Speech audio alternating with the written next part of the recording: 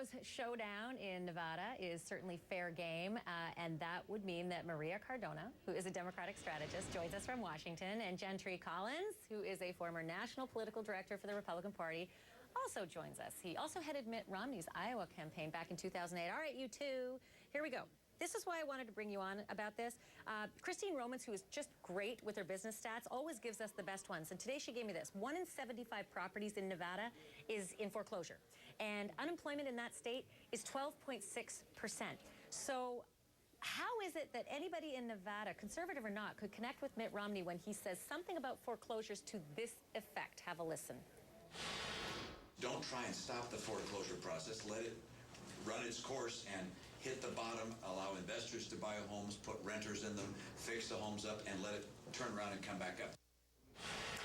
Ouch. Gentry Collins, here's what I think. I know Republicans and really strong conservatives like the free market economy, but I'm not so sure they like it when it applies to their home and they're underwater. How is this going to play in Nevada?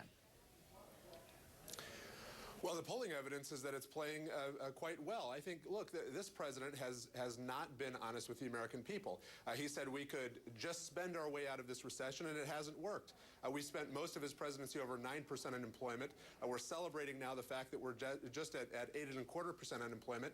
Just 18% of the American people have an optimistic view about their economic future. This president has failed, and I think that American voters are ready for some straight talk about what it takes to put this economy back on track. That's what they're getting from Governor Romney today.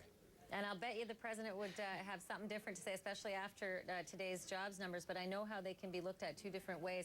Let me move to this, and that is the statement that was made about, I don't care about the very poor. That's one very small sliver of Mitt Romney's statement to Soledad O'Brien the other day, and he's coming out to say, okay, look, hey, I talk a lot, I give a lot of interviews, you're killing me here, I made a mistake. Let's listen to how he talked about it just last night. It was a misstatement. I misspoke. I've said something that is similar to that, but quite acceptable for a long time. And you know, when you do, I don't know how many thousands of interviews, now and then you may get it wrong. And I misspoke. What did you mean to say? What I said was that my focus, my primary focus, is on helping people get into the middle class and grow the middle class. Man, there is just nothing like some good old-fashioned contrition from a politician. But Maria Cardona, I'm going to put you on the hot seat here. My spidey senses say that you and your Democrats are just going to seize on it and exploit it anyway. Are you? Absolutely, because you know what, Ashley? It speaks to who Mitt Romney really is. Look, this is not the first time that he has made quote-unquote misstatements like this. When something like, I'm not concerned about the very poor, rolls so easily off your tongue, just like I like to fire people, just like I don't care about the $1,500 tax cut for middle-class families because it's a little Band-Aid, just Maria, like I want to let the foreclosure industry hit bottom. These are not things that just roll off your tongue. These are... It has rolled off Mitt Romney's tongue quite easily. I would get fired if I had to count the mistakes I make on the air. But you know what, Ashley? You're not running for president. Perhaps you should. Amen. You could probably beat Mitt Romney. So you know that's what? the point. Unfortunately, He doesn't constitutionally cannot. He doesn't understand who he needs to be speaking to. He's speaking to the 1%. That's why Donald Trump endorsed him yesterday. They have a lot in common. He is not speaking to the middle-class families, working-class families who are hurting. President Obama is. And that's why President Obama is going to win this election. I don't know why I got into this game, this fair game with you. There was no way I was going to win this. Let me move on to the money. I loves me a good money story, and this one's the best. The casino magnate Sheldon Adelson. I'm not sure if it's Adelson or Adelson, so my apologies to the Nevada casino magnate. But he and his wife spat off two really heavy checks, $10 million apiece, I think within about a week of each other, to Newt Gingrich's campaign. Gentry Collins, Newt Gingrich did not do so well in Florida. He didn't pull all that awesome momentum out of Florida that he did out of South Carolina. Are those checks going to keep coming? Are the Adelsons going to keep supporting him? Is he going to be able to get the money he needs for the strategy he says he's going to actually employ, which is long haul, lots of delegates in a proportional basis?